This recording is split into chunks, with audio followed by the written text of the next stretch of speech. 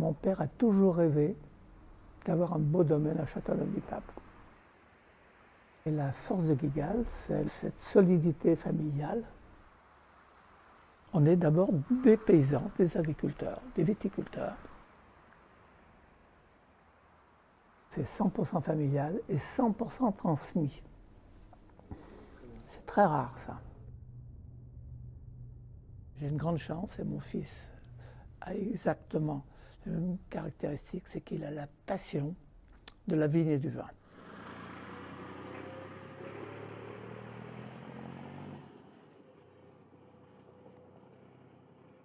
Cette visite de Nalis en 2017, ça a été une révélation. On a vu un potentiel absolument fantastique. Mon père et moi sommes des techniciens, donc on est capable, en voyant un sol, en voyant une vigne, de dire on est capable de produire tel type de vin.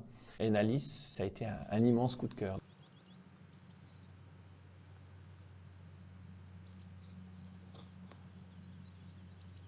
Depuis le XVIe siècle, nous sommes les 4e propriétaires de Nalis seulement. On est dépositaire aujourd'hui d'une entité, d'un lieu, d'un patrimoine assez exceptionnel. On a un site naturel qui est très préservé à Nalis et aux alentours. On a cette vue directe sur la ruine du château des Papes. On a le Mont Ventoux, les dentelles de Montmirail, voilà, les champs d'oliviers. Donc il y a un contexte environnemental qui est réel. Voilà 5 ans qu'on travaille d'arrache-pied, au sens propre et figuré, pour justement faire en sorte qu'on produise les plus grands et les plus beaux raisins de l'appellation sur Nalis. Et puis la prochaine étape, bien sûr, c'est le bâti.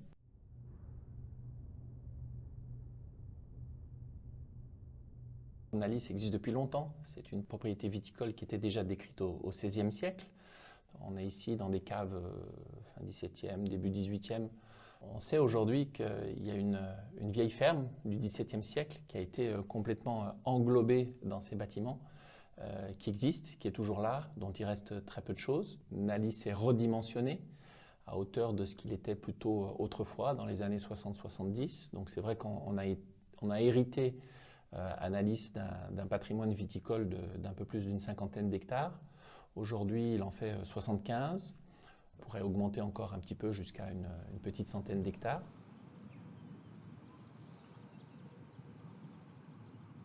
Nalis, c'est 100 hectares, mais parmi ces 100 hectares, c'est 75 hectares de vignes, c'est 66 parcelles, 16 cépages. Bon, et de ces 16 cépages, on va en produire 4 cuvées, voire 5 à terme. Cette nouvelle philosophie, elle est basée principalement sur le parcellaire. Ça passe par isoler des vieilles vignes, isoler des jeunes vignes, isoler le vieux grenache, isoler la belle roussanne. C'est notre personnalité, c'est notre caractère, c'est nos caractères. Et donc il faut absolument qu'on puisse adapter notre outil de production par rapport à ce que nous, on peut avoir au vignoble. Il n'y a pas de sens à avoir un vignoble cultivé en bio, à être HVE3 et de venir tout mélanger en cuverie. Il faut absolument pouvoir tout isoler pour avoir une vraie finalité, une vraie complexité.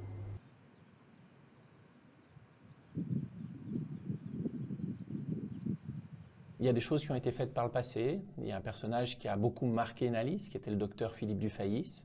Il y a eu une époque un petit peu plus compliquée, je dirais, lorsqu'il a vendu son domaine, où Nalis passe un petit peu sous les radars pendant plus d'une 40aine d'années. C'est un groupe institutionnel qui avait repris Nalis, Groupama, voilà, qui a fait de son mieux, je pense. La cave est assez simple, un peu mal conçue. On sent que ça a été fait par époque, un petit peu comme les châteaux médiévaux où à chaque roi faisait son aile. Et il n'y a pas vraiment de cohérence dans le flux. Donc ça permet de travailler, ça permet de faire les vins qu'on souhaite faire aujourd'hui.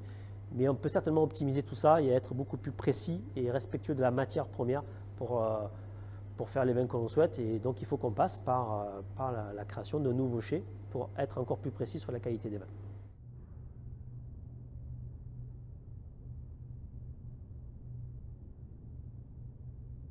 Le domaine de Nalis est passé château de Nalis, c'est simplement pour marquer la rupture. Quand on dit château, en tout cas en français, ce n'est pas un terme neutre. Les gens s'attendent à un bâtiment. Donc nous, on parle de bâtiment statutaire. On a besoin d'un bâtiment qui marque les esprits. Pourquoi ce bâtiment? Pourquoi cette architecture? Pourquoi Nalis? Et pourquoi à cet endroit précis, au cœur de Châteauneuf-du-Pape?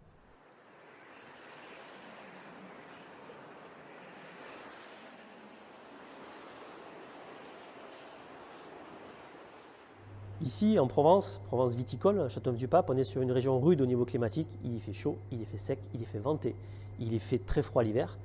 Et tous ces paramètres-là, ce sont des paramètres vitaux pour nous. Vitaux parce que c'est la vigne qui vit là et si nous, on est là juste pour l'exprimer. Et donc, on ne peut pas ne pas prendre ces paramètres vitaux en compte lorsqu'on pense à la création de nouveaux chais.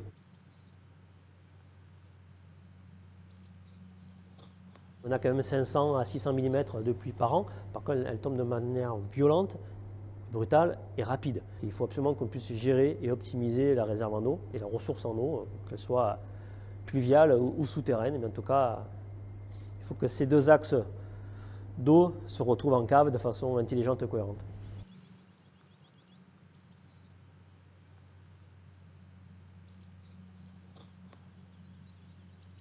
Nous sommes des techniciens, nous sommes des gens de la vigne, nous sommes des gens des caves. Donc ce qu'on aimerait, c'est tout simplement faire partager, je dirais, notre quotidien technique, qui dans le monde des grands vins est un quotidien très noble avec nos visiteurs. Donc avoir des structures de réception de qualité, voilà. Et puis aussi faire transparaître à travers le choix des matériaux, à travers les ambiances qui sont données dans les différentes pièces, que ce soit les salles de dégustation, les salles de réception, etc., pour pouvoir je dirais, contenter les gens sur leurs attentes d'un grand vin et d'un site qui produit des grands vins.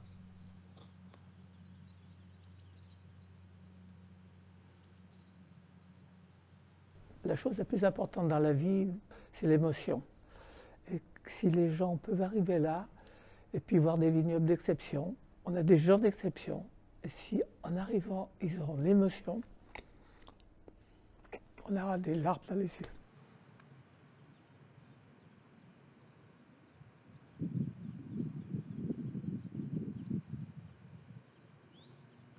Pour moi, le chai idéal, il est assez simple. Je cherche un flux tout à fait logique du raisin.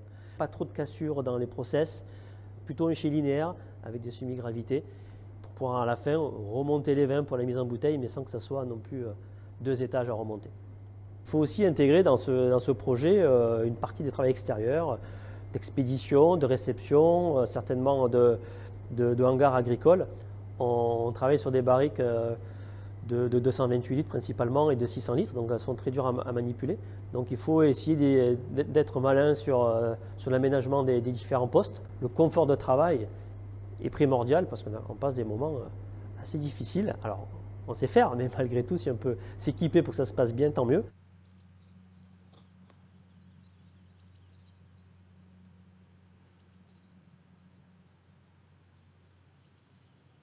On a cette vision du long terme.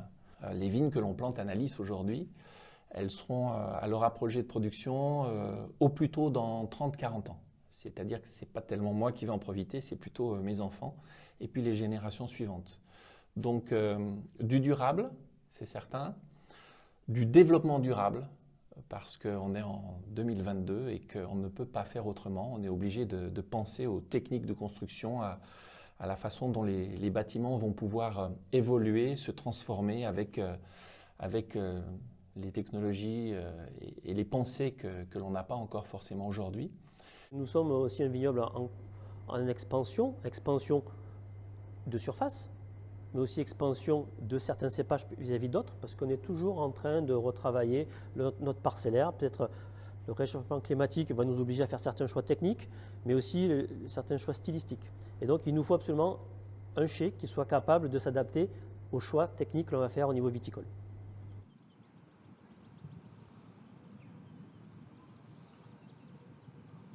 On travaille pour le très long terme. On s'inscrit dans la durée, pas pour nous, mais pour les autres, et puis pour l'image, pour l'appellation. On adore la pierre, on adore le bois également, tous les produits nobles. Je vois vraiment cette construction en pierre. Un geste architectural traduit aussi une civilisation. Il ne faut pas rester enfermé dans un carcan correspondant à la mode du moment. Les grands vins, ce n'est pas un phénomène de mode. On produisait des grands vins il y a 50 ans, on produisait des grands vins il y a un siècle. On a cette vision du long terme. Avoir un patrimoine, non pas inexploité, mais qui finalement a très peu changé en l'espace de plusieurs siècles, c'est presque une page blanche à écrire. Et en tout cas, c'est absolument passionnant d'imaginer un bâtiment qui va s'inscrire dans le temps et raconter cette histoire.